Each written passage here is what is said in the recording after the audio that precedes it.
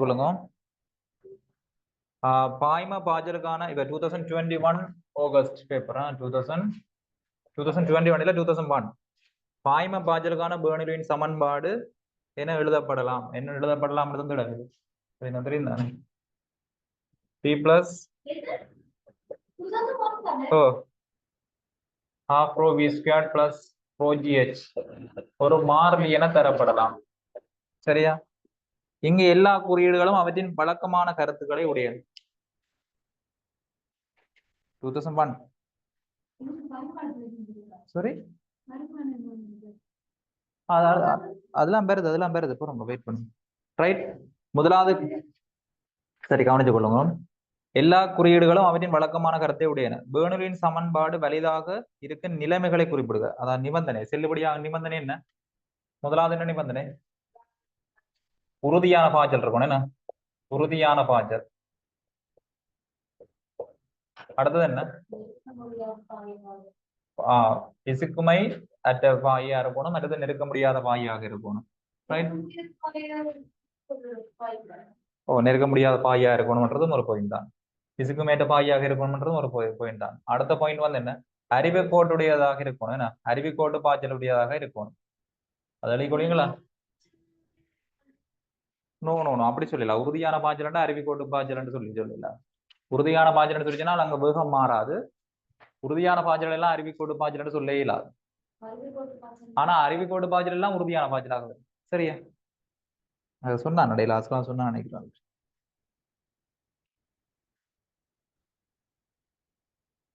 சரியா?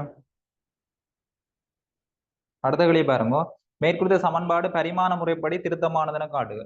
பரிமாண முறைப்படி திருத்தமானதுன்னு காட்டுதான். அப்படின்னால் P என்றவரை அமுக்கம் மட்டும் சொன்னான். என்ன இப்ப அமுக்கத்தின் பரிமாணம் என்னவா இருக்க போகுது? விசையின் பரிமாணத்தின் கீழ் பரப்பின் பரிமாணம் இல்லையா? விசையின் பரிமாணம் என்ன? ml T-2. சரிதானே? ஏரியான்றது L வர்க்கம். அப்ப ஒன்று பற்றி நீங்க எடுத்துட்டால் ml -1 T-2. இது half rho v squared. half rho v squared என்று சொல்லி சொன்னால் அதன் பரிமாணம் நான் இது இயக்க சக்தி என்ன ஒரு அலகான உலவுக்கான இயக்க சக்தி. அதை நான் ke என்று போடுறேன். ke இந்த பரிமாணம் என்னவா இருக்க போகுது? ஹாஃபுக்கு வந்து பரிமாணம் இல்லை. ரோன்றது கிலோகிராம் மீட்டர் -3 அப்படின்னால் ml -3 கிலோகிராம் மீட்டர் -3 ml -3. அடுத்து v என்றது வேகம், வேகத்தின் வர்க்கம் L squared T-2. So ml -1 T-2 என்று வரப்போகுது. சரியா? அப்ப இவரும் வேறும் பரிமாணப்படி சமம். அப்ப நாங்க இவரையும் என்ன செய்யக்கூடிய மாதிரி இருக்கும், கூட்டக்கூடிய மாதிரி இருக்கும். சரிதானே? அப்ப இது என்ன மாதிரி இருக்க போதும்? Rho g h potential energy per unit volume. என்ன அழுத்த சக்திக்கான ஓரளவு கனவுக்கான அடுத்த சக்தி. ரைட், அது என்னவா இருக்க போதும்? அதுவும் ml -1 T-2 வேற வேண்டால் அது பாருங்க ரோஜிஹெச் என்று கிடக்குது. ரோ என்று சொல்லி சொன்னால் ml -3, ஜி என்று சொல்லி சொன்னால் LT -2, ஹெச் என்றது எல். எல்லும் எல் வர்க்கம் எல்லோட -3 போனா ml -1 வரும். எல்லின் வர்க்கம் எல்லின் -3. அப்ப எல்லின் -1 அங்கால T-2 வரும். ஸோ இது வந்து என்ன இருக்க போகுது? ஆகவே பரிமாண முறைப்படி இது சமனானது, திருத்தமானது. ரைட், அப்ப இதுல பிரச்சனை இல்லை தானே? பிரச்சனை இல்லை. ஓகே,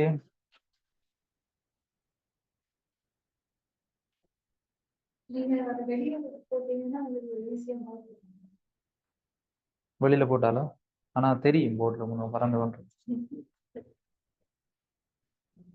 சரி பாவம், ஒரு கொஞ்ச நேரம் பார்த்துட்டு. ஓ அடுத்து இப்ப சரி, அடுத்தது பாருங்க, ஒரு படம் ஒன்று உருவில காட்டப்பட்டிருக்கு. அந்த படத்தை நாங்க தீர்வோம்.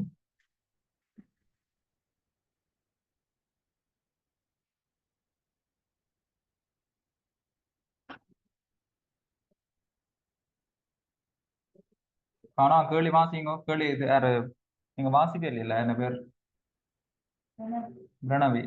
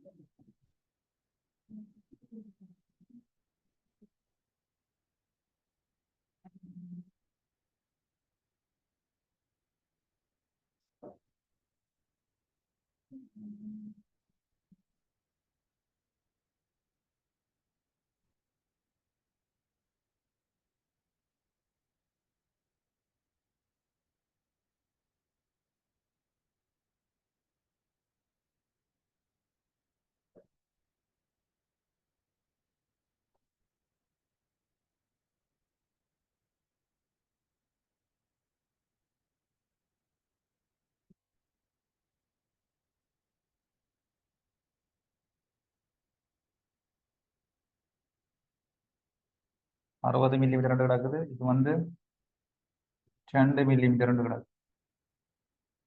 சரியா? இந்த இடம் பி.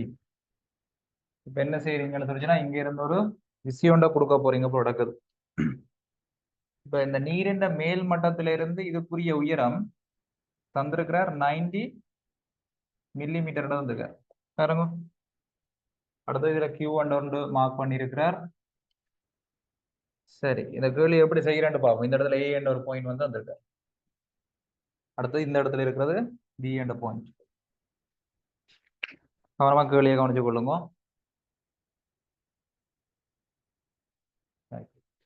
உருவில் காணப்படும் பூச்சிக்கொல்லி விசிறி 60 மில்லிமீட்டர் விட்டமுள்ள பம்பி உடையது. 60 மில்லிமீட்டர் விட்டமுடைய பம்பி. கம்பின்னு சொல்லிச்சா எங்கட முசலம் என்ன பிஸ்டன் சொல்லுவோம், ரைட்? பம்பியை உடையது. வெளிவழி அவுட்லெட் குழாய் கியூவின் விட்டம் 2 மில்லிமீட்டர். அப்ப இதுல இருந்து வெளியில வரப்போற குழாயின் விட்டம் என்ன செய்யுது? 2 மில்லிமீட்டர். ஆனா இவற்றை விட்டம் எவ்வளவு? 60 மில்லிமீட்டர். பாருங்க எத்தனை மடங்கு குறைஞ்சிருக்குன்னு சொல்லுங்க. விட்டம் 30 மடங்கு குறைஞ்சிருக்கு. 60ல இருந்து 2க்கு வந்திருக்கா 30 மடங்கு வந்து குறைஞ்சிருக்கு, ரைட்? அப்படின்னா என்ன நடக்கும் சொல்லுங்க. அப்ப இந்த இடத்துல இருக்கிற அமுக்கமும் இந்த இடத்துல இருக்க அமுக்கமும் கூடவா இருக்கு. அந்த இடத்துல இருக்க அமுகம் வந்து கூடவா இருக்க போது, இந்த இடத்துல இருக்க அமுகம் வந்து குறைவாக இருக்க போகுது. சரிதானே? இந்த இடத்துல இருக்க அமுகம் கூடாண்டா ரீசன் என்னன்னு சொன்னா இந்த இடத்துல குறுக்குவெட்டு பரப்பு கூட, அப்ப வேகம் வந்து குறைவாக இருக்கும். அங்க வேகம் கூடவா இருக்கும். வேகம் கூடினா அமுகம் குறையும். சரிதானே? ரைட். அடுத்தது பூச்சிக்கொல்லியின் மட்டம் அக்குழாய்க்கு 900 மில்லிமீட்டர் கீழே ஆகும். அந்த பூச்சிக்கொல்லியின் மட்டம் இந்த குழாய்க்கு எவ்வளவா?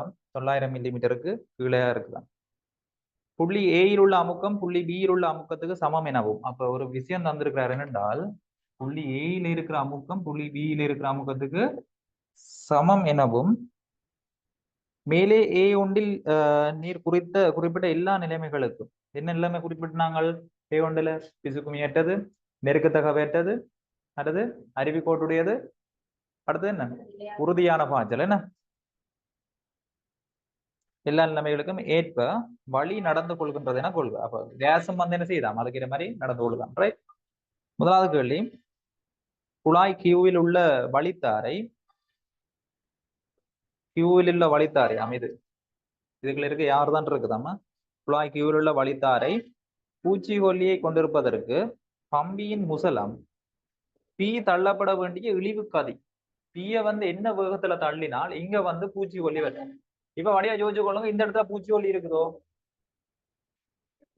இந்த இடத்துல பூச்சிக்கொல்லி இப்ப இருக்குதோ? இல்ல, பூச்சிக்கொல்லி இங்க இருக்குது. அப்ப இங்க இருக்கிற பூச்சிக்கொல்லி எங்க வரணும்? இங்க வரணும். அப்ப இங்க வரணும்னு சொல்லிச்சுன்னா என்ன தேவை? ஒரு விசி ஒன்று தேவை, என்ன? அப்ப நாங்கள்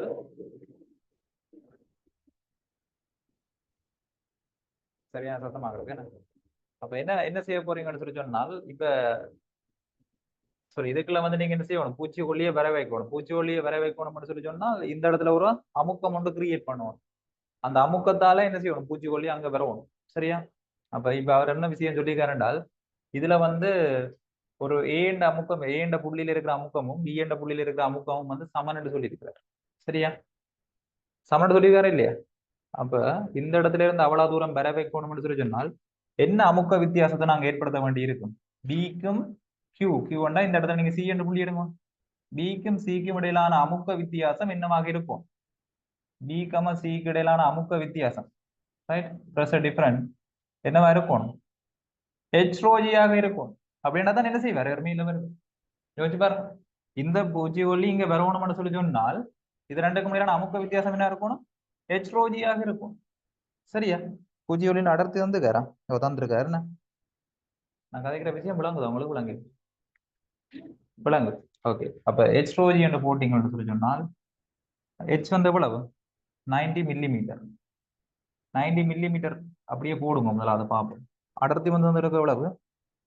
பூச்சிக்கொல்லின் 10⁻³ கிலோகிராம் மீட்டர் -3 இன்டு ஜி வந்து 10 மீட்டர் செகண்ட் -2. இப்ப 90 மில்லிமீட்டரை நாங்க மீட்டருக்கு மாத்தோட மாட்டா 10⁻³ பெருப்போம். இங்க 10⁻³ தர 10. அப்ப 900 பெஸ்கால் 900 பெஸ்கால் என்ற அமுக்கம் வந்து கிரியேட் பண்ணணும். அமுக்க வித்தியாசம் கொண்டு வரணும். அதாவது இ என்ற புள்ளிக்கும் சி என்ற புள்ளிக்கும் இடையிலான அமுக்க வித்தியாசம் நீங்க எப்படி போடலாம்னு சொல்லி சொன்னால் பிவி மைனஸ் பிசி என்றது எவ்வளவா இருந்தா அவர் மேல வருவார்? 900 பெஸ்காலா இருந்தா அவர் மேல வருவார். அப்ப பி என்ற புள்ளிக்கும் சி என்ற புள்ளிக்கும் இடையிலான அமுக்க வித்தியாசமும் ஏ என்ற புள்ளிக்கும் சி என்ற புள்ளிக்கும் இடையிலான அமுக்க வித்தியாசம் சமனண்டா ஏற்றுக்கொள்வீங்களா? ஏற்றுக்கொள்ளலாம். ஏன் BP BA equal to BP ஆகவே பிபி ஈக்குவல் டு பிசி என்று போட்டாலும் உண்டுதான். இத பிஏஸ் மைனஸ் பிசி என்று போட்டாலும் உண்டுதான். அப்ப ஏக்கும் சிக்கும் இடையே நான் என்ன செய்ய போறேன்? பெர்னோள்ளியின் ஈக்குவேஷனை வந்து யூஸ் பண்ண போறேன். யூஸ் பண்ணி நான் ஏக்கும் சிக்கும் இடையிலான அமுக்க வித்தியாசத்தை நான் அதுல இருந்து எடுத்துக்கொள்ளலாம். அப்ப பாருங்க, ஏல வந்து நான் பெர்னோள்ளியின் ஈக்குவேஷன் யூஸ் பண்ண போறேன்னால் இந்த இடத்துல என்ன செய்ய போகுது? ஒரு வேக பியோட வருதுன்னு வைப்போம். ரைட். அப்ப எனக்கு ஒரு விஷயம் தெரியும். இன்னொரு விஷயம் என்னென்றால் A1 V1 சமன் A2 V2 தெரியும். ஏன் துணிவு காப்பி விதி அதுக்குள்ளால வர போறது எல்லாம் இங்க வரத்தானே வேணும். அப்ப A1 V1 A1 குறுக்கு வெட்டு பிறப்பு என்ன? விட்டம் வந்து 60 சொல்லி கிடக்குது. அப்ப அதன் அரைவாசி 30 πr² போட்டீங்க என்றால் பையன் ஆரை வந்து எவ்வளவு? 30 അതിന്റെ வர்க்கம் πr வர்க்கம் இன்டு அதுல வேகம் b என்று போடுறேன். இதுல வந்து விட்டம் வந்து இவ்வளவு இருக்க போகுது π இன்டு ஆரை வந்து 2 2ന്റെ வர்க்கம் ஆரை வந்து 1 என்ன 1ന്റെ வர்க்கம் மட்டும் வரும். அந்த வேகத்தை v2 என்று போடுறோம், இல்லாட்டி vc என்று போடுறோம். π வெட்டுப்பட்டுரும். vc வந்து என்ன வர போகுது? 900 v என்று வரும். சரி ஒன்று பாருங்க, 900 v என்று வரும். சரியா? அப்ப இதுல பாருங்க, நான் என்ன செய்ய போறேன் என்றால் ஏலையும் சிலையும் நான் பெர்னோள்ளியின் ஈக்குவேஷனை வந்து யூஸ் பண்ண போறேன். ஏலையும் பிலையும் வந்து ஏலையும் சிலையும் அப்ப PA plus half into rho AR வழி இன்டு அந்த இடத்துல இருக்கிற வேகத்தை v² போதும். அங்கால எனக்கு h வந்து ஒரே லெவல்ல கருதுறபடி அந்த h வந்து வராது. கவனிங்க. அப்ப C என்றா என்ன வர போகுது? PC plus half rho A அதே தான். இந்த இடத்துல வேகம் என்ன இருக்க போகுது? 900 v என்ன? அப்ப 900 v இந்த ஸ்கொயர் வர போகுது. இப்ப நான் PA மைனஸ் PC எடுக்கலாம். இதை கொண்டு எங்கால எழுதின எடுத்துட்டு சொன்னா நாங்க 900 வர்க்கம் என்ன? அப்போ half rho A பாருங்க, 900 வர்க்கம் 900 v வர்க்கம் மைனஸ் இந்த v வர்க்கம் அங்கால போயிடும் இல்லையா? அப்ப half rho A into 900 v ஒருக்கா கூட்டு பெறும் ஒருக்கா கழிப்படும். இனி 900 v வர்க்கத்தோட நாங்கள் v வர்க்கத்தை வந்து என்ன செய்யலாம்? புறக்கணிக்கலாம். 900 v வர்க்கத்தோட ஒப்பிடும்போது v வர்க்கத்தை நாங்க என்ன செய்யலாம்? புறக்கணிக்கலாம். சரிதானே? அப்ப என்ன எழுதி காட்டுங்க.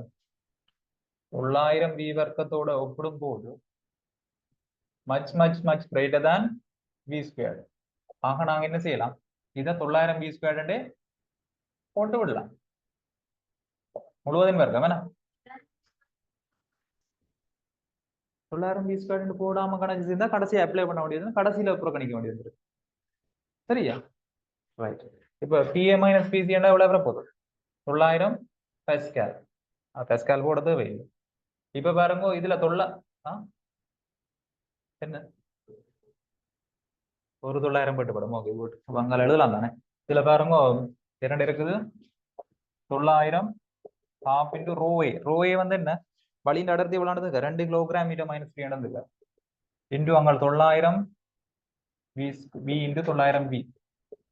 அப்போ ஒரு 900 வெட்டுப்படும். அது 2 வெட்டுப்படும். இங்க 1 இருக்குது. அந்த 900 வந்து இங்க பிரிபடும். அங்க v² வரும். v இன்டு v² வரும். அப்ப v² ஈக்குவல் டு 1/30 முழுவதின் வர்க்கம் எழுதலாமே இல்லை? v வந்து என்ன வர்க்க போடும்?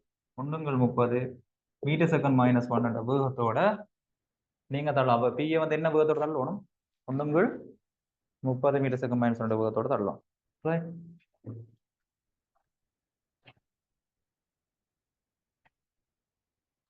அப்ப அப்ப கன்செப்டை விளங்கி செய்யறோம்னு சொல்லி சொன்னா என்ன மாதிரி இருக்கும், எங்களுக்கு கேள்வி செய்யக்கூடிய மாதிரி இருக்கும். குயிக்கா நோட் பண்ணிக்கொள்ளுங்க.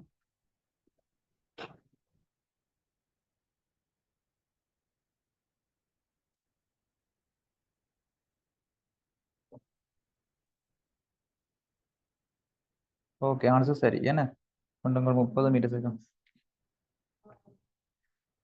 இப்ப இந்த ஐடியா எல்லாம் உங்களுக்கு நேரடியா வந்துடும். 900 வர்க்கம் 99 81 81,000 வரும். 81,000 இருந்து ஒன்றை கழிக்கிறது என்ன, ஒன்றுன்றது புறக்கணிக்கிறதுக்கு ஒரு பெருமதி. ஏன்னா அதை கூட்டுறதும் கூட்டாம உண்டு. கொஞ்சம் குயிக்கா முடியுங்க, குயிக்கா. ராவி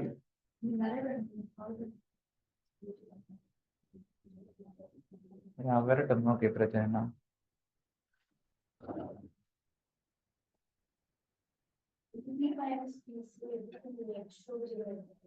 பிபி மைனஸ் பிசி அவர் சொல்லியிருக்காரு என்னன்னு சொல்லி சொன்னால், பியில இருந்து சிக்கு வந்து என்ன செய்யணும்னு சொல்லி சொன்னா அந்த திரவத்தை அனுப்பும். அப்படி என்று சொல்லி சொன்னால் ஏ வந்து என்ன வேகத்துல, அதாவது பி என்றவரை என்ன வேகத்தோட தள்ளணும் கேள்வி. இப்ப நீங்கள் பியில இருக்கிற திரவத்தை நீங்க சியிலுக்கு கொண்டு போகணும்னு சொல்லி சொன்னால் என்ன செய்யணும், பிக்கும் சிக்கும் இடையே ஒரு அமுக்க வித்தியாசம் இருந்தா தான் என்ன செய்யலாம், கொண்டு போகலாம். பிக்கும் சிக்கும் இடையே ஒரு அமுக்க வித்தியாசம் என்றால் அந்த அமுக்க வித்தியாசம் மினிமம் என்னதுக்கு சமனா இருக்கும்னு சொல்லி சொன்னால், இங்க இருந்து அவ்வளவு திரவத்தையும் அவ்வளவு தூரம் உயர்த்துறதுக்கு சமனா இருக்கும். அப்போ அவ்வளவு தூரம் உயர்த்துற என்றால் என்னவா இருக்க போகுது, ஹெச்ரோஜன்.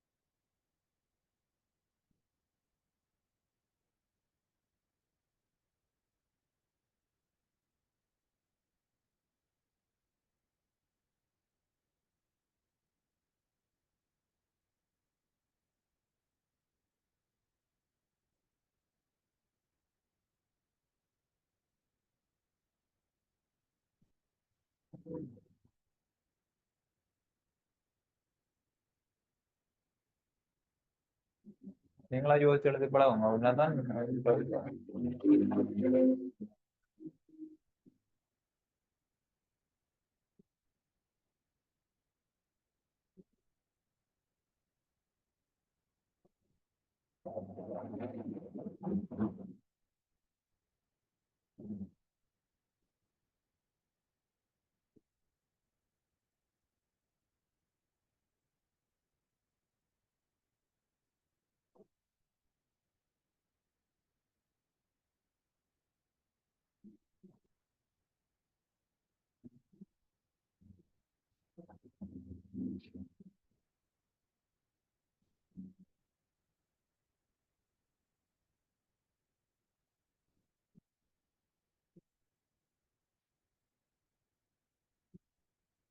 சரியோ, ஓகே.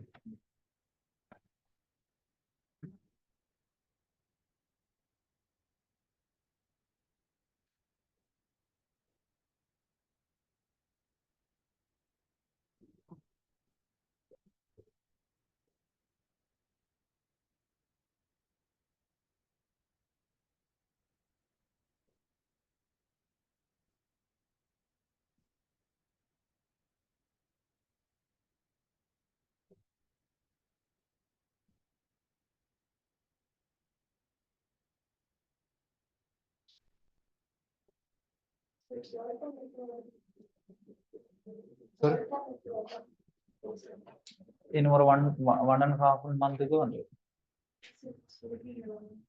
என்ன கேக்குறீங்க? சரி, நம்மளுக்கு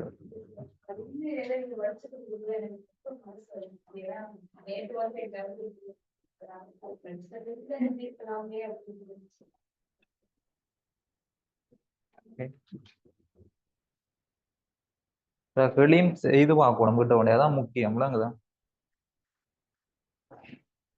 நீங்களா கொப்பியை பார்க்க வேற செய்து பண்ணிட்டு செய்து பார்த்துனீங்களா? வழக்கு வெந்தூர் மீட்டர் அது இதெல்லாம் வந்து நீங்களா செய்து பார்த்துனீங்களா? நீங்களா செய்து பார்க்கணும். அவளா நீங்களாவே வந்து விளங்கப்படுத்தக்கூடிய மாதிரி வந்தா தான் அது விளங்கிட்டு விளங்கப்படுத்தக்கூடிய மாதிரி வந்தா தான் உங்களுக்கு விளங்கிட்டு, இல்லையென்றா அது விளங்கி இல்லை.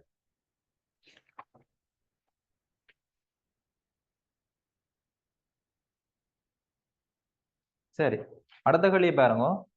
பம்பியின் முசலத்தின் மீது தாக்கும் தேறிய தடை விசை 20 நிமிடம். அப்ப தேறிய தடை விசை இதுதான் முசலம். முசலத்துல தாக்குற தேறிய தடை விசை. அப்ப தேறிய தடை விசை சொன்னா தேறிய தடை விசைன்னா என்ன மீனிங்? வேற வேற தடை விசை இருக்குது, ஆனால் விளைவுளான தடை விசை எவ்வளவு? 20 நிமிடம். அப்படியே நான் 20 நிமிடம் இந்த திசையில குறிச்சு நான் ஏனென்றா தடை விசை. தடை விசைன்னா என்ன செய்யும்? எதிர் திசையெல்லாம் இருக்கும். ரைட். 20 நியூட்டனின் மேலே கணித்த கதியில் முசலத்தை பேணுவதற்கு அதன் மீது பிரயோகிக்கப்பட வேண்டிய விசையை துணிக. ஏன் 20 நியூட்டன்? வெரி குட், அவ்வளவுதான் விஷயம். அதாவது இங்க வந்து நீங்க வந்து கொடுக்க வேண்டிய விசை இவரை மாறா கதியில பேணும். மாறா கதின்னு சொல்லிச்சுன்னா 1 மீட்டர் செகண்ட் மைனஸ் 1 வந்தது. இதே கதியிலே இவரை பேணணும்னு சொல்லிச்சுன்னா நீங்க என்ன விசையை கொடுக்கணும்? அதான் கேள்வி. அப்ப மாறாகதி என்ற விஷயம் வர போகுதுன்னு சொல்லி சொன்னா அங்க விளைவில் விஷயம் என்ற விஷயம் இருக்கக்கூடாது. அதாவது ஆர்முடுகள் என்ற விஷயம் வந்து இருக்கக்கூடாது. ஆர்முடுகள் என்ற விஷயம் இருக்கக்கூடாதுன்னு சொல்லி சொன்னா நீங்க முன்னோக்கி கொடுக்குற விஷயம் பின்னோக்கி கொடுக்குற தடை விஷயம் எப்படி இருக்கும்? ஈக்குவலா இருக்கும். அவன் நீங்க எவ்வளவு விசை கொடுத்தா சரி 20 நியூட்டன் விசையை நீங்க கொடுத்துட்டீங்கன்னு சொல்லி சொன்னால் அவர் என்ன செய்வார்னா சீரான வேகத்தோட நகருவார். Okay right. அப்ப 2001 கொஸ்டின் ஓகே, பெரிய கஷ்டம் வந்து இல்ல. 2006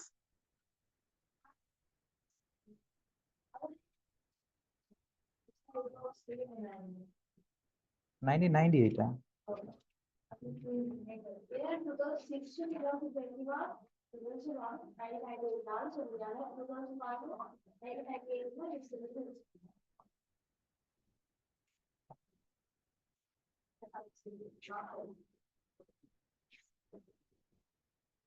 எங்க இருக்கு? 1998 என்ன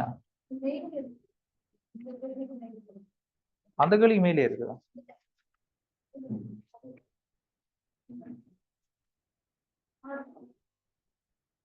1991 இல்ல? 2001 மேல் கவனிச்சு கொள்ளுங்க. இதையா சொல்றீங்க? ஓகே, என்ன நடக்க போகுதுன்னு சொல்லி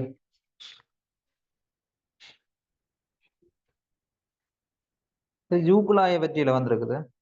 அதான் அந்த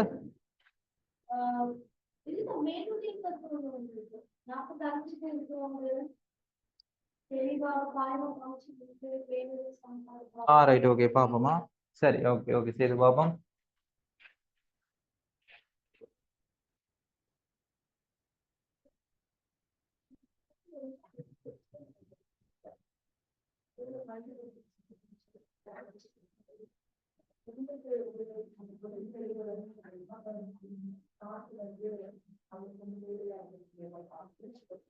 சரி, கவனிச்சு கொள்ளுங்க. என்னென்றால் பாய்ம பாய்ச்சல் ஒன்றுக்குரிய பேர்னலின் சமன்பாட்டை பாவிக்கும் குறியீடுகளை தெளிவாக அடையாளம் காட்டி எழுதுக. அப்படின்னால் அடையாளம் காட்டி என்றால் பி என்ற என்ன எழுதணும், ஹாஃப் ரோ பி ஸ்கொயர் என்ற என்ன எழுதணும், ரோஜி ஹெச் என்ற என்ன எழுதணும்.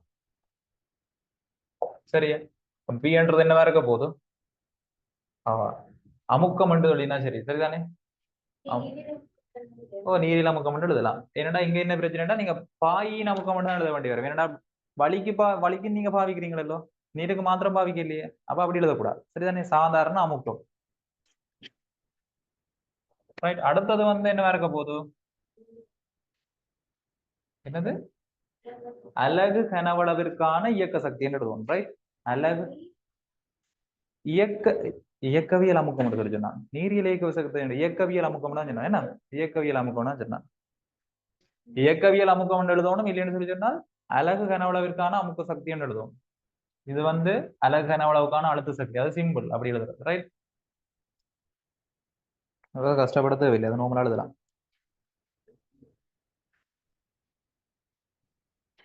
இச்சமன்பாட்டிலே ஒவ்வொரு உறுப்பும் வகை குறிக்கும் கணியம் யாது?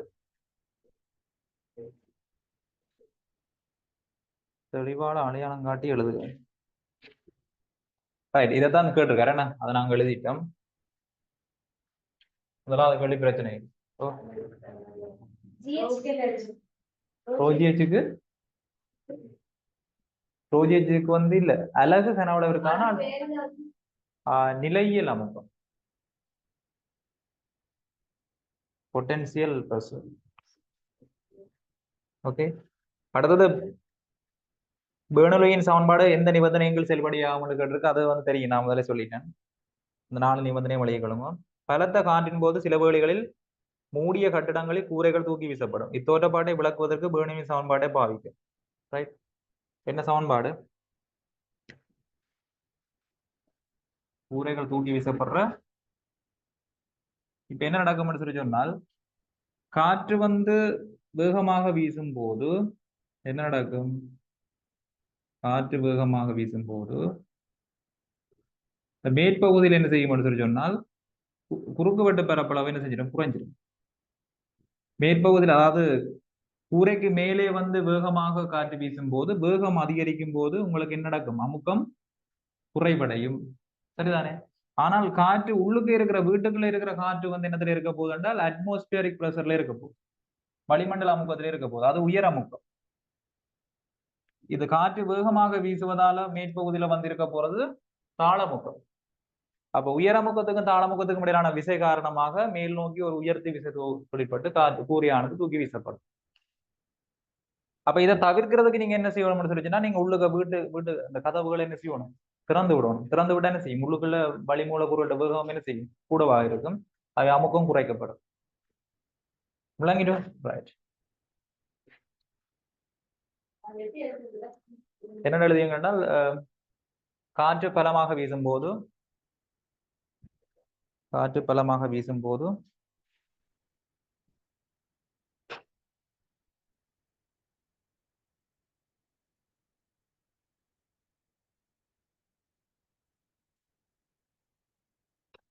சரியா, காற்று பலமாக வீசும் போது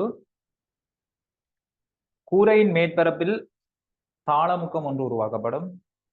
கூரையின் மேற்பரப்பில் தாளமுக்கம் உருவாக்கப்படும்.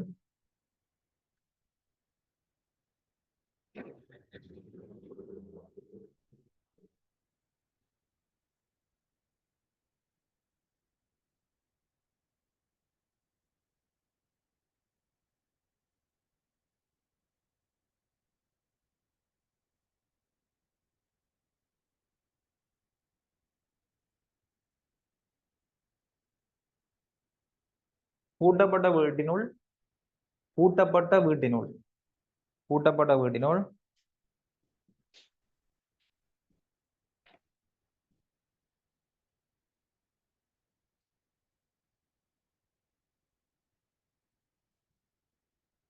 வளியானது வளிமண்டல அமுக்கத்தில் காணப்படும்.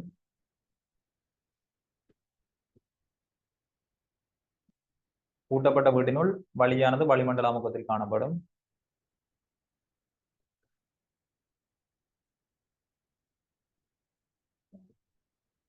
இது கூரையின் மேற்பகுதியில் உள்ள அமுக்கத்திலும் பார்க்கக்கூடியது. இது கூரையின் மேற்பகுதியில் உள்ள அமுக்கத்திலும் பார்க்கக்கூடியது.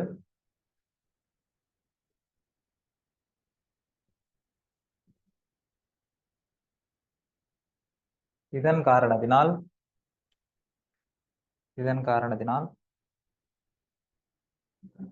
கூரையானது தூக்கி வீசப்படும்.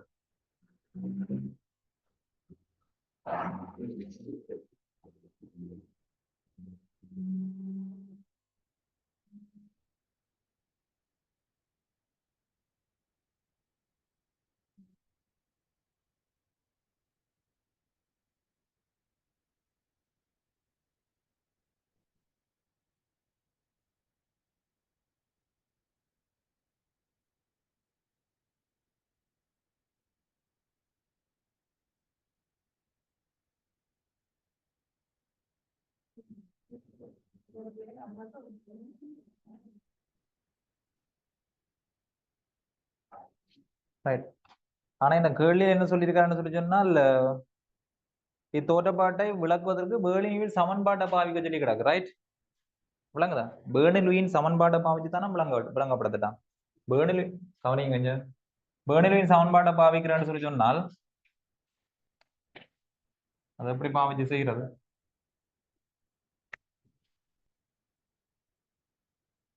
இப்ப இங்க இருந்து வழி வருதுன்னு இப்படி வார வழி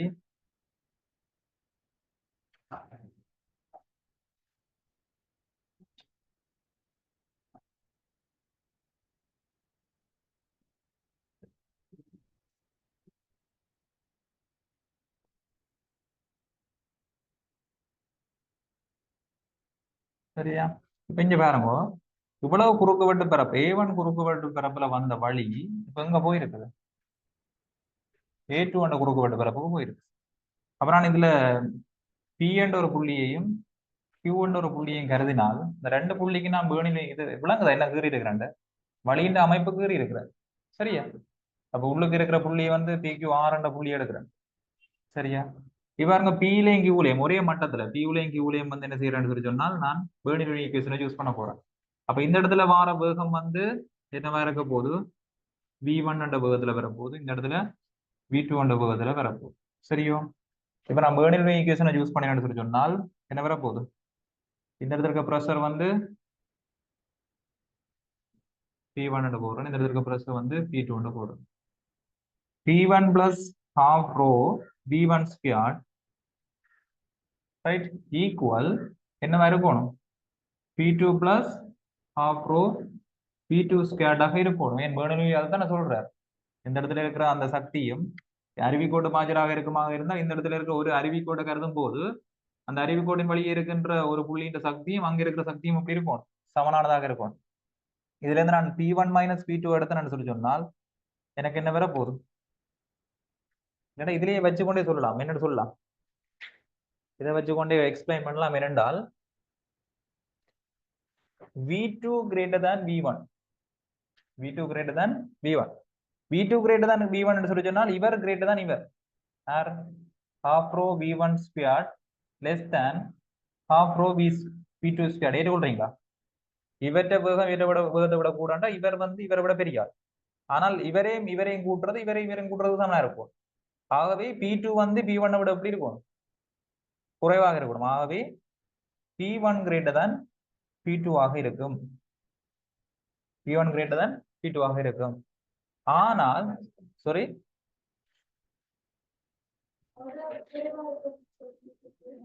என்னது இந்த இடத்துல அமுக்கம் கூட தானே இருக்கும். குறுக்கோட்டு பிறப்பு கூடினா அமுக்கம் கூடும் தானே. இந்த இடத்துல அமுக்கம் குறையும் தானே. ஓ அதான் என்ன எங்க குறைவா இருக்கு முடியும் சொன்னா சரி ஓகே ரைட். அப்ப பாருங்க, இனி இந்த ஆரண்ட புள்ளி எடுத்தோம்னால் அந்த இடத்துல இருக்க அமுக்கம் P3 என்று எடுக்கும். இப்ப P3 கிட்டத்தட்ட என்னதுக்கு ஈக்குவலா இருக்கும்? P1க்கு ஈக்குவலா இருக்கு. இவரும் வளிமண்டலம் நோமலான வளிமண்டலம் பெரிய அசைவில்லை பெரிய வேகம் இல்லாத வழின்னு எடுத்தோம் என்றால் இங்கேயும் என்ன செய்ய போகுது? அதே வழிதான் இருக்க போகுது. அப்ப P1 வந்து என்னதுக்கு சமனா இருக்கும்? P3க்கு சமனா இருக்கும். ஏற்றுக்கொள்றீங்களா? நிறைய தூரத்துல எடுத்துருக்கீங்க P1. அங்க P1 P3 என்னவா இருக்க போகுது? சமனா இருக்க போகுது. வளிமண்டல அமுக்கத்துல இருக்க போகுது. குறுக்குவெட்டு பரப்புகள் மாறுபடைக்காக என்ன செய்ய போகுது? அமுக்க மாற்றம் ஏற்படாது. இல்லைன்னா அமுக்க மாற்றம் ஏற்படாது. வளிமண்டல அமுக்கத்துல இருக்க போகுது. ஆகவே P1 ஈக்குவல் டு P3 என்றால் இப்ப பாருங்க P1 கிரேட்டர் தான் P2. ஆனால் P1 கிரேட்டர் தான் P2. ஆகவே P1 பதில் என்ன போடலாம்? P3 என்று போடலாம் இல்லையா? P3 என்ன P3 வருது இல்ல கிரேட்டர் தான் P2. ஆகவே என்ன நடக்கும்? கூறியானது தூக்கி வீசப்படும். P3 பெருசு P2 விட. ஆகவே என்ன செய்யும்? தூக்கி வீசு. இது எழுதி வச்சு கொடுங்க நடக்கணும். நீங்க கேள்வி கேட்ட மாதிரி தான் ஆன்சர் பண்ணணும். இதுதான் எக்ஸ்பிளைன் பண்ணி கிடக்கா.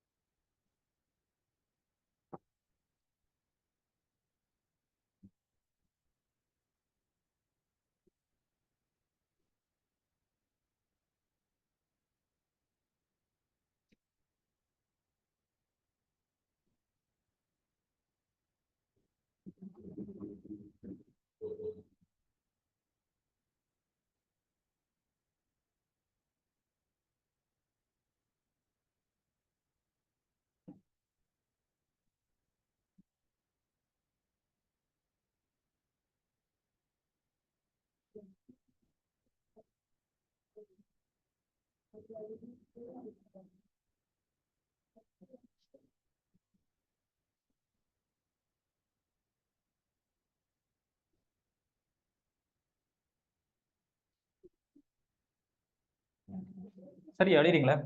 சரி.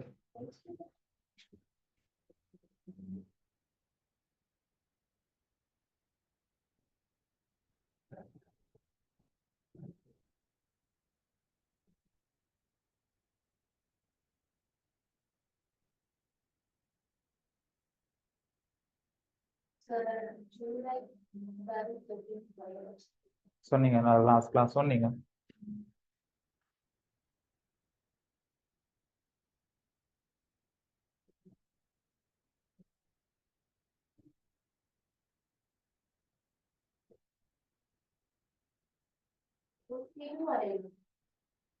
பார்ப்போம். ரைட்.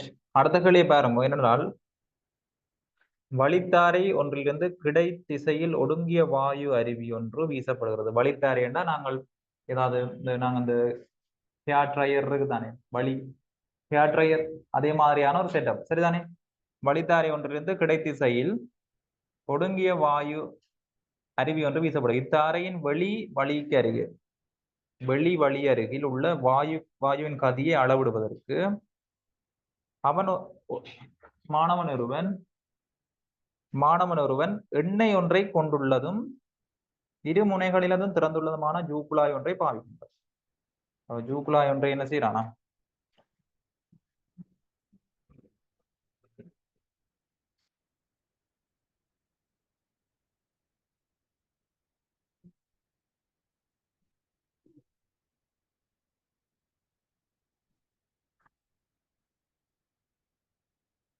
இதுக்கு இது எண்ணெய் ஏதோ இருக்கின்ற வைங்குவான்.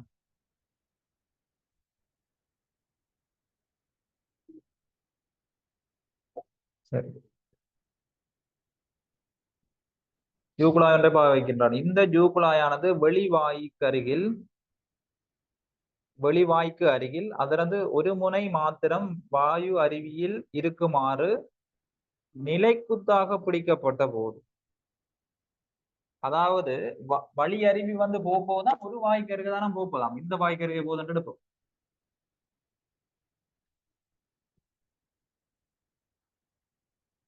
விளங்குதா? வழித்தார வந்து எப்படி போகுது, இப்படி போகுது சரியா. மற்றதுல என்ன செய்யாது, போவாது. அப்படின்னா என்ன மீனிங் தெரியுமா? அவன் என்னதை சொல்ல வாரான் என்றால், இப்படி ரெண்டு ஜூக்குழாய் ரெண்டு இது இருக்குன்றால் அவர் இப்படி அனுப்பாம இது வழித்தாரிய வந்து இப்படி எப்படி சொல்றது, என்னோட அனுப்புறோம்.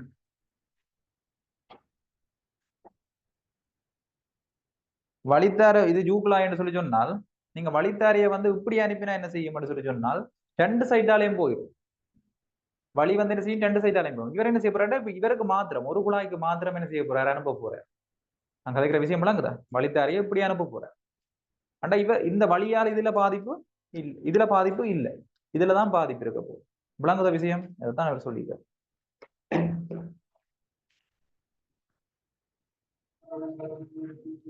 இந்த ஜூகுழாயானது வெளிவாய்க்கு அருகில் அதனது ஒரு முனை மாத்திரம் வாயு அருவியில் இருக்குமாறு நிலைக்குத்தாக பிடிக்கப்பட்ட போது ஜூகுழாயின் எண்ணெய் மட்டங்களுக்கு இடையில் உள்ள வேறுபாட்டை இடையிலே 2.4 சென்டிமீட்டர் உள்ள வேறுபாட்டை மாணவன் அவதானிக்கின்றான். அப்ப சொல்லுங்க, அவன் எந்த குழாய் வந்து உயரும், எந்த குழாயில இருக்கிற நீர்மட்டம் வந்து உயரும்? வடியா ஜோதிச்சு சொல்லுங்க.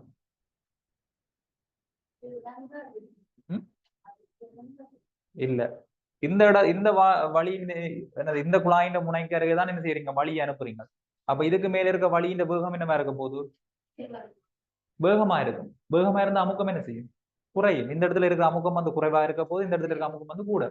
இது வந்து வளிமண்டல அமுக்கத்துல இருக்க போகுது. இந்த இடத்துல வந்து வளிமண்டல அமுக்கத்துல இருக்க போது, இந்த இடம் வந்து என்னவா இருக்க போகுது, வேறு ஒரு அமுக்கம் பி நோட்டு அமுக்கத்துல இருக்க போகுது. அப்ப உங்களுக்கு தெரியணும் by greater than B note. காரணம் என்ன, வழியறிவி வந்து ஒரு வேகத்துல போறதால வேகம் வந்து கூடன்றதால பி நோட் வந்து என்னவா இருக்க போகுது, குறைவாக இருக்க போகுது. ஆகவே இங்க வந்து என்ன செய்ய போகுது, இந்த நீர் மட்டம் வந்து உயர போகுது, திரவ மட்டம் வந்து உயர போகுது. சரியா? இந்த உயரம் தந்திருக்கிற 2.4 சென்டிமீட்டர் வந்துருக்கு. இதுல நீங்க கவனமா இருக்க வேண்டிய விஷயம் என்னன்னா, நீங்க இப்படி யோசிக்க கூடாது. வழியறிவியை நான் இப்படி அனுப்புற மாதிரி யோசிக்கூடாது, இப்படி அனுப்புற மாதிரி யோசிக்கணும், இப்படி அனுப்புற மாதிரி யோசிக்கணும். விளங்க நாங்க இருக்கிற விஷயம் விளங்க இல்லையா? விளங்குது. இத்தாரையின் வெளிவழியில் வாயுவின் கதியை காண்க. இது என்ன வேகத்துல நீங்க இதுல வழியை அனுப்ப போறீங்க. அது என்ன வேகத்துல அனுப்ப போறீங்கன்னு கேக்குறேன். சரியோ? அப்ப உங்களுக்கு தெரியணும் இந்த இடத்துல இருக்க அமுக்கம், இந்த இடத்துல இருக்க அமுக்கம் பை என்றால் நான் அந்த பையை நான் பி என்று போடுறேன். இந்த இடத்துல இருக்க அமுக்கம் பி, இந்த இடத்துல இருக்க அமுக்கம் என்னவா இருக்க போகுது பி, இந்த இடத்துல இருக்க அமுகம் என்னவா இருக்க போகுது பி நோட். வழிதானே? வழி என்றால் இங்க இருக்கிற அமுகம் தான் எல்லா இடமும் இருக்கும். அப்ப இந்த இந்த உயர அதிகரிப்பு என்னத்தால் ஏற்பட்டது? இந்த அமுக்க வித்தியாசம் காரணமாக ஏற்பட்டது. ரைட்? அப்ப இது அடர்த்தி தந்துருக்குதா?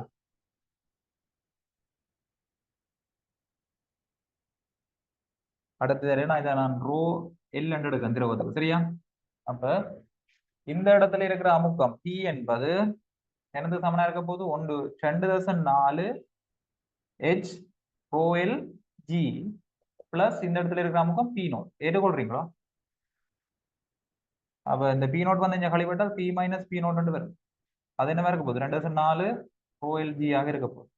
இதை எடுத்து வச்சிருப்போம். இதை எடுத்து வச்சுக்கொண்டு இப்ப என்ன செய்ய போறேன்? நான் இப்படி வழிநிரல் அனுப்பினான் இல்ல, ஜூகுழாயில் இப்படி அனுப்பினான் இல்லை, அனுப்பிக்க நான் என்ன செய்ய போறேன்னா இந்த வாயு என்ன பேருங்கடா ஜூகுழாயின் வாயு பகுதியிலையும் நான் இங்கால ஒரு இடத்துலயும் என்ன செய்ய போறேன்னா வேர்னியல் ஈக்குவேஷன் வந்து யூஸ் பண்ண போறேன். ஜூகுழாய் இப்படி இருக்குது. ஜூகுழாய்க்கு நான் என்ன செஞ்சேன்? நான் இங்க இருந்து வழி அனுப்பினேன். வழி அனுப்பிக்கல நான் என்ன செய்ய போறேன்? இந்த முனையிலையும் அதுக்கு நேராக அங்கால எங்கேயாவது ஒரு புள்ளி, இங்கால எங்கேயாவது ஒரு புள்ளி வழி அனுப்புறேன் இல்ல, இங்காத ஒரு புள்ளியிலையும் என்ன செய்ய போறேன்? வேர்னியல் ஈக்குவேஷனை யூஸ் பண்ண போறேன். ரைட்? அப்ப நான் அந்த எடுக்கிற புள்ளிகளை எப்படி எடுக்கிறேன்னு சொல்லி சொன்னா உங்களுக்கு தெரியறதுக்காண்டி இந்த புள்ளின்றது என்ன? அதுக்கு மேற்பரப்பு, வாய்க்கு மேல் பகுதி. இங்க இருக்கிற புள்ளி நிறைய தூரத்துல எடுக்கிறேன்னா ஏகம பி என்ற 2 புள்ளி வேர்னியல் ஈக்குவேஷனை யூஸ் பண்ண போறேன். அப்ப ஏ என்ற புள்ளியில நான் வேர்னியல் ஈக்குவேஷன் யூஸ் பண்ணினா என்னோட வர போகுது பி நோட் அமுக்கம் ஹாஃப் இன்டு ஏஆர் வலிக்கு பாய்க்க போறேன்னா ரோ ஏஆர். கவனமா இருக்கணும் இந்த டென்சிட்டியில் போடுறீங்க. ரைட்? ரோ ஏஆர் இன்டு என்ன வெலோசிட்டியில போகுது வழி வி என்ற வெலோசிட்டி வி ஸ்கொயர். ரெண்டும் ஒரே மட்டம். புற யோசி கூட இங்க இருந்து அங்க என்ன உயரம் இல்லாம இருக்கு. நான் சொன்னான் இல்ல ஒரே மட்டத்துல நான் அனுப்புறேன். அப்ப எச் வரா. இனி அங்க இருக்கிற அமுகம் என்னவா இருக்க போகுது? இந்த அமுகத்துக்கு சம வளிமண்டல அமுகம். பாருங்க, யோசிச்சு பாருங்க.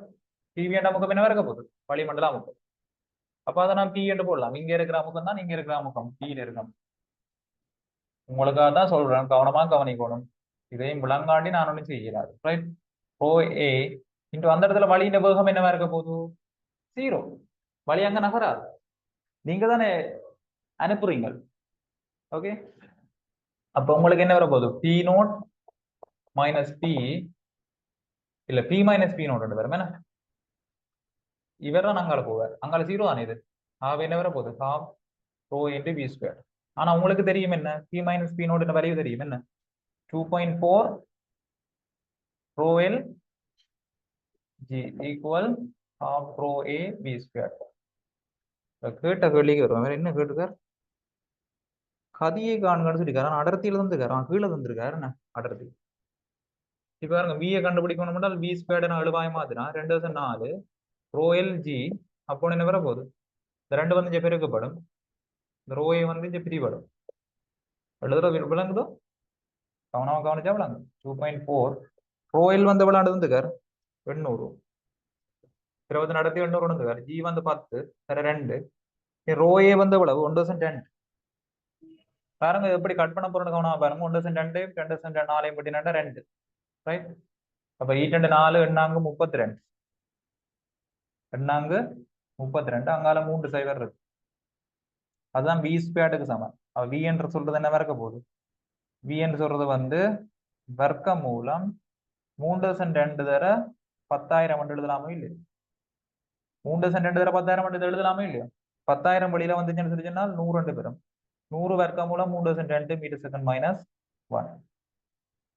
வர்க்க மூலம் 3.2க்கு காண்றதுக்கு வழி தந்துருக்காரா?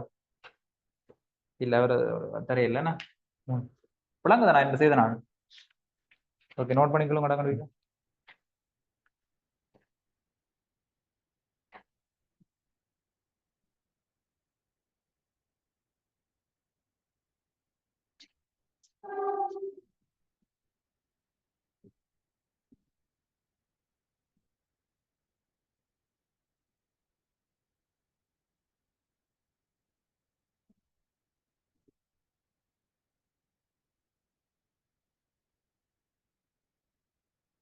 அதை சுருக்கினீங்கன்னா 17.9 மீட்டர் செகண்ட் -1 வரும்.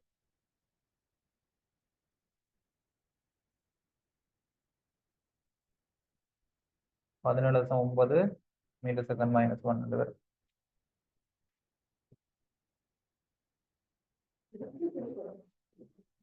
அவர் அப்படின்னு கேட்கல, உலகத்துல விட்டா கூட உங்களுக்கு மார்க்ஸ் வரும்.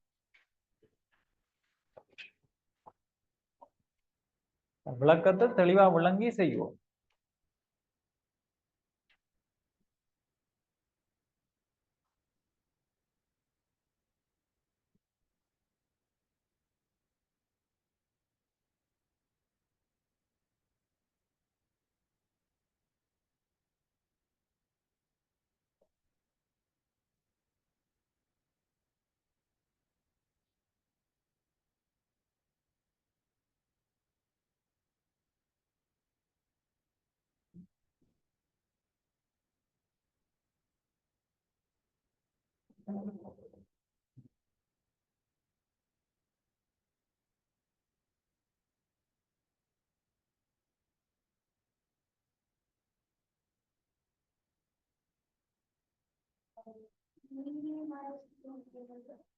P மைனஸ் கீழே எழுதி இருக்கிறீங்களா, மேல் எழுதி மேல் எழுதி இருக்கிறேன்னு சொல்லி சொன்னால், நான் 2 இடத்துல வந்து A, B என்ற இடத்துல வந்து பேர்னிங் லிமிகேஷன் சூஸ் பண்ண போறேன்.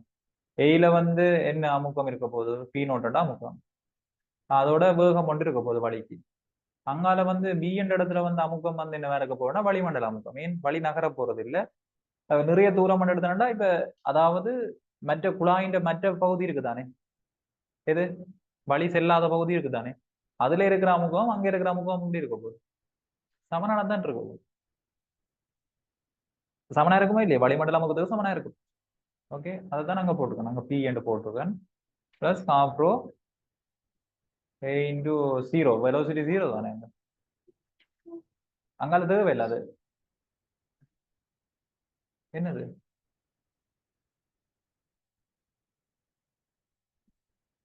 வேகம் இல்ல தானே அங்கால வழி.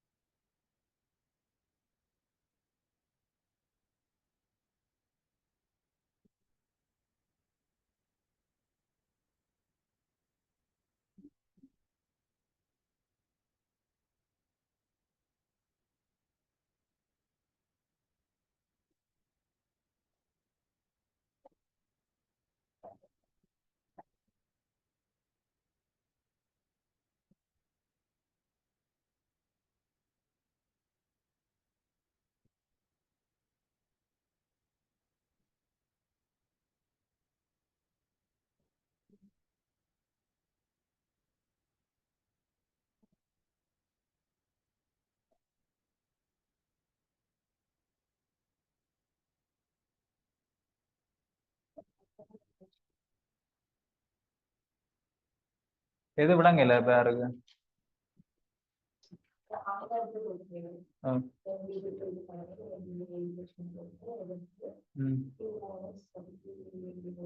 P minus P naught is equal to half rho V square.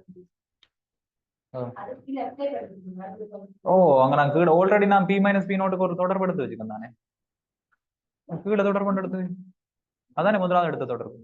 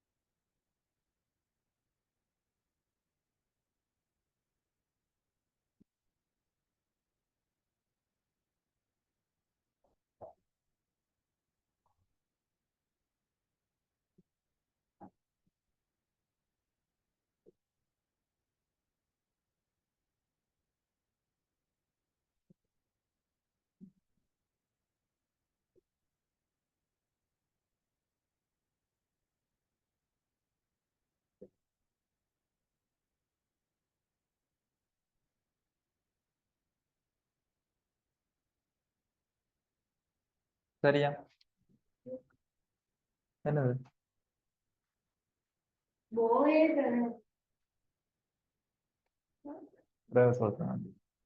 சரி, கடைசி களி கவனிச்சு கொள்ளுங்க.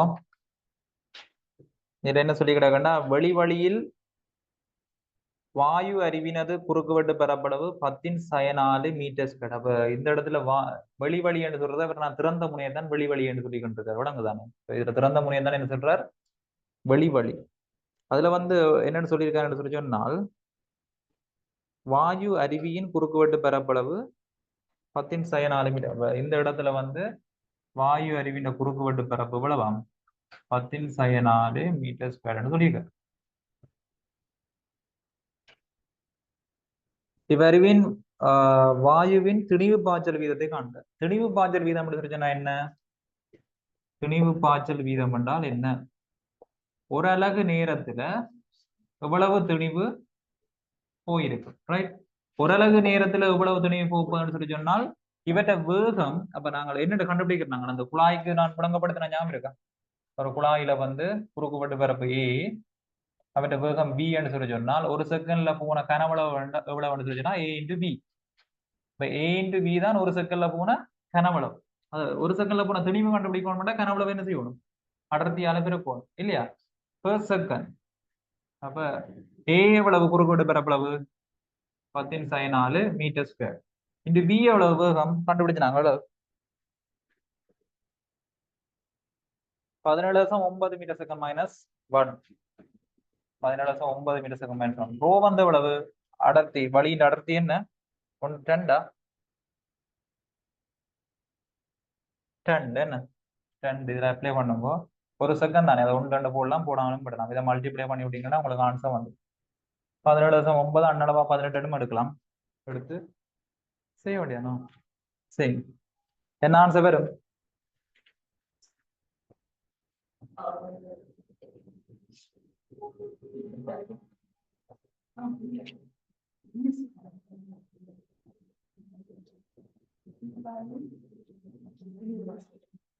அது 18 அண்ணளவா வழியின் அடர்த்தி 1.2 வந்துடாது. இதுல 200 எடுத்து செய்தாங்களா? 1.2 எடுத்துனாங்களா? என்ன எடுத்துனாங்க? 1.2 தான் எடுத்துனாங்க. 1.2 தான் எடுத்துனாங்களா? 17.9 நீங்க அண்ணளவா எத்தனை எடுக்கலாம்னா 18 எடுக்கலாம். 18 தடவை 12 எத்தனை? 180 எடுக்கலாம். பிரச்சனை இல்லை. என்னடா இங்க அண்ணளவாக்கம் தானே நடந்துருக்கு.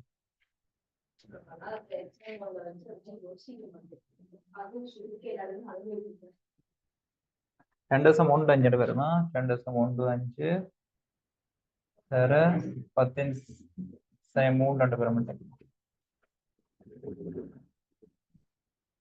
Kilogram per second.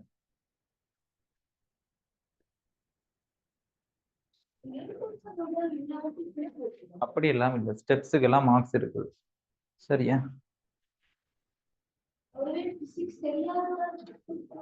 அப்படிலாம் திருத்த மாட்டாங்க ஒரு நாள். இங்கிலீஷ் தெரியாத ஒரு ஆள் இங்கிலீஷ் பேப்பரை திருத்தே இருப்பான். அப்படிலாம் திருத்துறது. அது சிங்களமே தெரியாது ஒரு சிங்கள பேப்பர் திருத்தணும். சிங்களம் தெரியாத ஒரு ஆள் என்ன திருத்துறது? நல்ல அறிவு கொழுந்துகள்.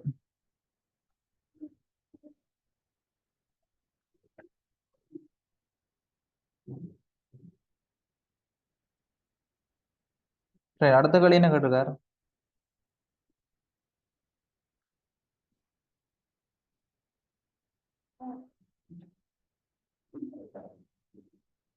என்ன களி? அடுத்த களி கேட்டிருக்காரு. இவ்வாயு அருவியின் வலுவை காண்க. இவ்வாயு அருவியின் வலுவை காண்க. வலு என்பது என்னவா இருக்க போகுது? சக்தியின் கீழ் நேரம். எவ்வளவு சக்தி? இதுல ஒரே ஒரு சக்தி தான் இருக்க போகுது. என்ன? ½ m² மட்டும் தான் இருக்க போகுது. என்ன? ஏன் அழுத்த சக்தியை கருத தேவையில்லை. நாங்க அழுத்த சக்தியை கருத தேவையில்லைன்னு சொல்லி சொன்னா எங்களுக்கு இயக்க சக்தி மாத்திரம் தான் இருக்க போகுது. ஆகவே வலு என்பது பவர் என்பது என்ன? சக்தியின் கீழ் நேரம். சக்தி இங்க ½ m² இருக்க போகுது. ஒரு அலகு நேரத்துக்கு நான் கருதிக்கல, அது 1 செகண்ட் எடுக்க. அலகு நேரத்துல எவ்வளவு திணிவு வெளியில போக போகுது? 2.15 தர 10 சயம் 3. அலகு நேரத்துல வெளியில போற தெளிவு எவ்வளவு? 2 × 1 தர 10 சயம் 3. இந்த வேகம் அது தெரியுமா எவ்வளவு? அண்ணளவா 18. 18 தர 18 போட்டு சுருக்குங்க, ஆன்சர் வரும். சுருக்கிடுங்க.